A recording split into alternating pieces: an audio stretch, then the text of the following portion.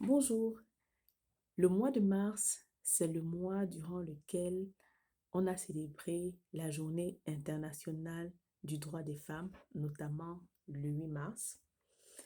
Et à cette occasion-là, en fait, je sais que le 8 mars est passé depuis longtemps, mais on va considérer que tout le mois de mars est dédié aux droits des femmes.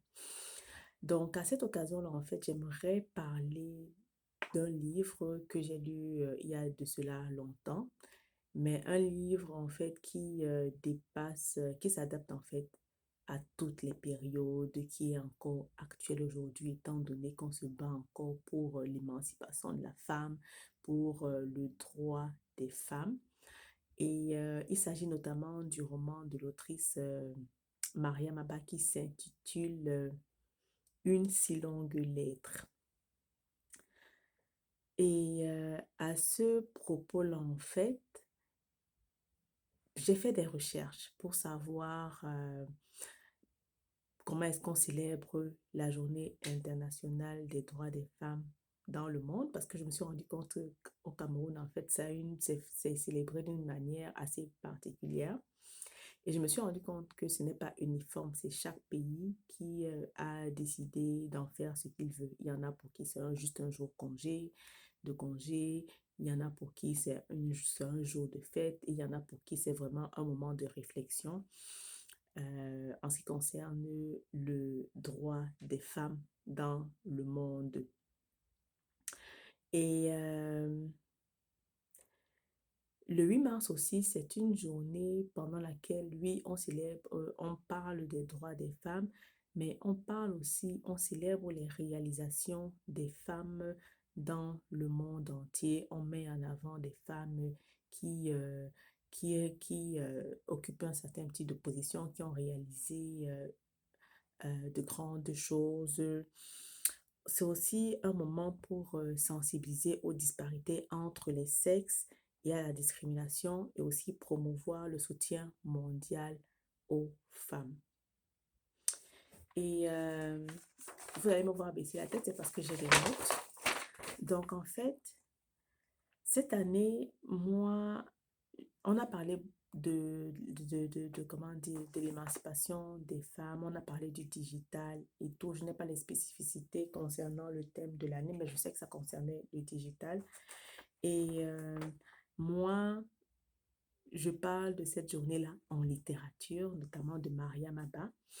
Et Maria Maba, en fait, c'est une auteure sénégalaise qui a parlé de la réalité des femmes sénégalaises, de sa réalité en tant que femme au Sénégal.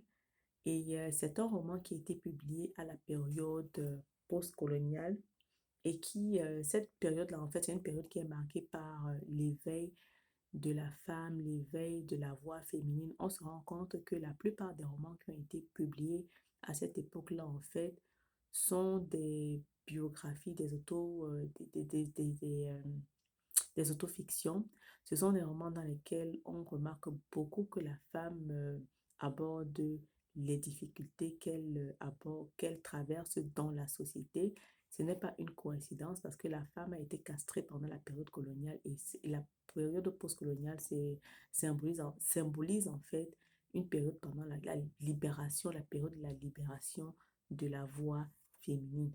Donc, et c'est une ouverture en fait pour les femmes d'une certaine manière, une invitation à prendre la parole. Et aujourd'hui, de plus en plus de femmes sont présentes sur les réseaux sociaux, de plus en plus de femmes font des choses formidables, elles se distinguent, mais on se rend compte qu'il y a toujours un fossé entre les hommes et les femmes. On n'a pas tous les mêmes droits et les femmes rencontrent beaucoup de défis et qui les empêchent d'avancer en fait. Et justement, Maria Maba propose des solutions pour favoriser, pour permettre l'émancipation de la femme. Ce ne sont pas des approches nouvelles, hein. Je veux dire, on continue de travailler dessus, mais ce sont des approches qui sont toujours actuelles. Et donc, Mariam Abba a donc une approche féministe et elle se bat entre autres pour que la femme en fait s'engage en politique. Elle lutte donc pour que la femme, qui ait une représentation féminine en politique. Elle se bat aussi pour l'accès à l'éducation, pour la participation associative. Donc, la prise de parole, le fait que la femme, en fait, soit représentée en politique, lui donne un certain poids dans la société. Ça lui permet d'aborder les problèmes qui sont les siens. Et Maria Baba propose aussi la prise de parole féminine qui, pour elle, permet l'émancipation de la femme d'une certaine manière. On se rend compte que dans son roman, euh, Ramatoulaye, en fait, à travers le vécu de l'autrice, trouve l'occasion pour se positionner par rapport à la polygamie. Elle raconte justement les moments difficiles que son personnage principal connaît dans son ménage. Elle parle de l'abandon de son mari, du jour où il a pris une seconde épouse qui s'appelle Binetou. Et elle parle aussi des épreuves qu'elle a endurées pendant le veuvage suite au décès de son époux. Donc, on se rend compte que la polygamie est un sujet qui tient donc à cœur à Mariam Abba. Et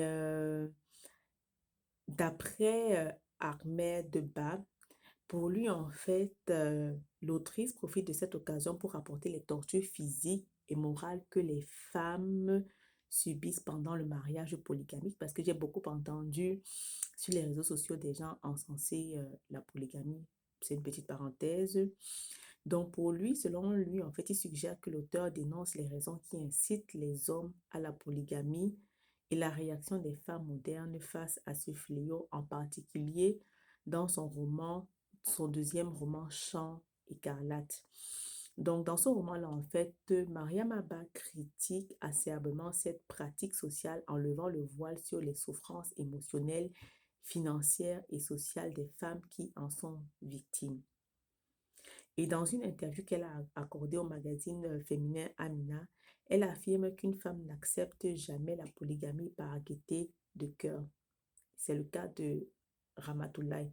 On se rend compte justement que dans le roman, quand Modou décède, il y a il y a un autre prétendant qui vient vers la jeune femme, vers la dame, vers la veuve, et il approche. Dans ce cas-là, elle a le choix, c'est un homme qu'elle a aimé, mais elle se rend compte que c'est quelque chose qu'elle ne veut pas. En fait, elle ne veut pas se remettre dans une autre relation. Dans le roman, l'autrice raconte aussi comment les circonstances du deuxième mariage de Modou, on lui a imposé ce mariage-là sans vraiment lui demander son assentiment. Elle devait juste accepter sa nouvelle épouse, ce qui a conduit à son délaissement. Bien que Maria Maba en fait se positionne contre la polygamie, qu'elle parle beaucoup de l'émancipation de la femme, elle se bat aussi pour la valorisation de la culture locale. Donc, elle embrasse à la fois les valeurs sociales africaines et celles de l'autre qui sont acquises à l'école. Donc, cette attitude, on peut se dire, mais pourquoi est-ce qu'elle se comporte ainsi? Elle parle de l'émancipation de la femme, mais en même temps, elle est traditionnaliste, en fait. C'est parce qu'elle pense que, euh, c'est parce qu'une certaine manière, ça s'explique par son contexte. Elle a eu une éducation coranique et elle est aussi allée à l'école, entre parenthèses, à l'école occidentale. Et donc, à l'école occidentale, en fait, une de ses éducatrices, une de ses maîtresses leur a appris à elle et à ses camarades à valoriser leur culture locale tout en s'ouvrant à l'extérieur. Et cependant, Maria Maba préfère limiter l'ouverture sur le monde au risque de noyer sa propre identité. Elle dit entre autres choses qu'on assiste aujourd'hui à des remises en question apportées dans notre société par des violations extérieures. Ces violations extérieures remettent en cause le noyau auquel nous croyons dans le passé et qui faisait vraiment notre force. Il y a notamment les agressions matérielles, celles de la société de consommation qui font que les jeunes filles très tôt veulent arriver à l'échelon extrême de la richesse voiture, villa, prêt-à-porter, etc. Euh, cette citation me fait beaucoup penser à ce qu'on voit sur les réseaux sociaux. On voit beaucoup d'influenceuses qui, d'une certaine manière, vendent, entre guillemets encore, le rêve aux jeunes filles qui veulent facilement accéder à la richesse sans forcément passer par les étapes essentielles. Et cette ouverture justement au monde qui passe par les réseaux sociaux, cette ouverture au monde qui passe par les réseaux sociaux est un couteau à double tranchant parce qu'il peut être bénéfique comme ça peut être quelque chose de dangereux pour la jeune fille. Donc, en ce mois où on célèbre le droit des femmes, en fait, de savoir, c'est une invitation à savoir utiliser le digital à bon escient pour s'éduquer, pour travailler et pour être en échange avec les autres, tout en conservant, tout en apprenant qui on est d'une certaine manière. Donc, voilà ma vidéo sur Maria Maba. J'espère que ça vous a intéressé. Je reviendrai bientôt avec un autre roman, une autre autrice, un autre auteur. Donc, si vous avez des suggestions, n'hésitez pas à me les partager et on se dit à bientôt.